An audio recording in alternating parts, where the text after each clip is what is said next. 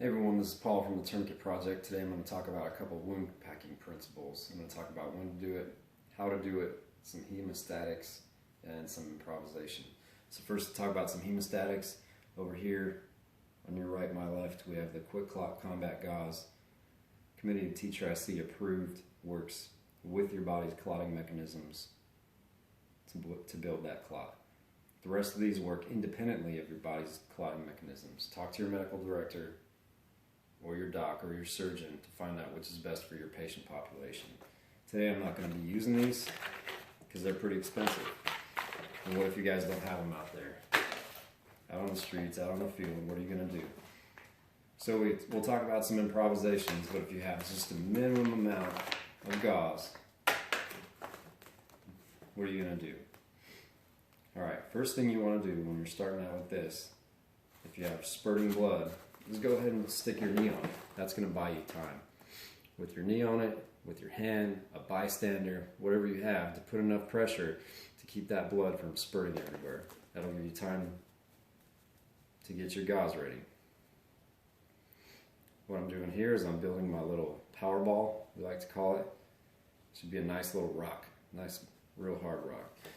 So what we're going to do is we're going to shove it down in there, right against that artery. You're going to be compressing that artery right against that bone. You maintain control of the rest of the gauze, and then you just start swapping out. Finger for finger, thumb for thumb, however you're going to do it. Get it down in there and maintain that pressure.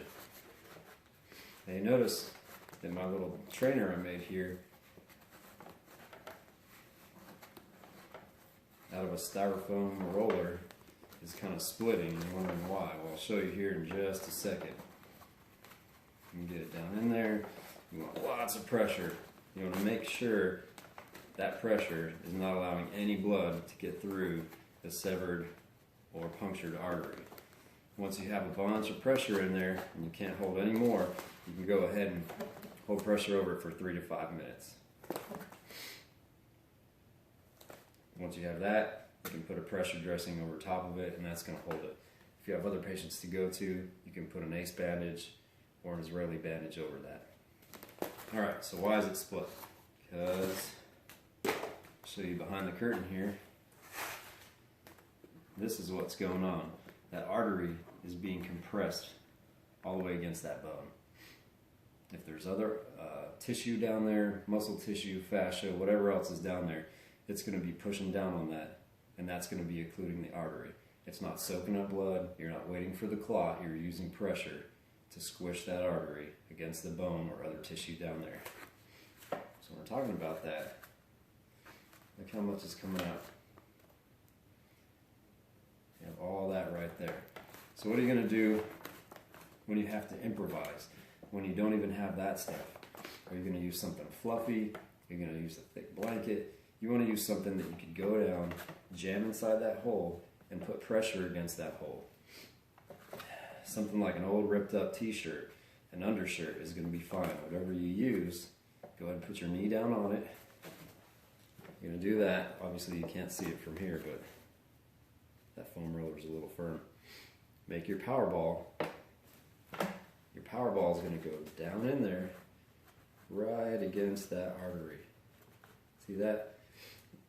Squishing it down in there. And then as you build more and more pressure, one finger for the other, building that pressure up in there.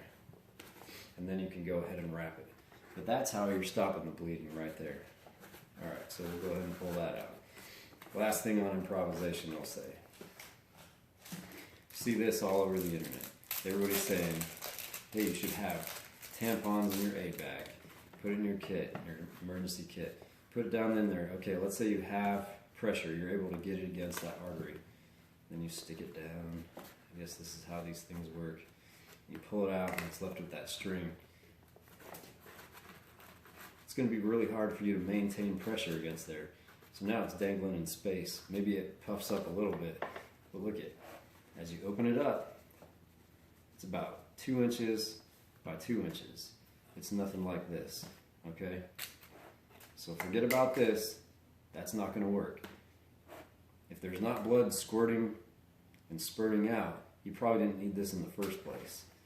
You use some kind of gauze, use some kind of material that's going to go down and compress that artery. All right, that's all I have for you for today. Thanks a lot. This is Paul from the tourniquetproject.org.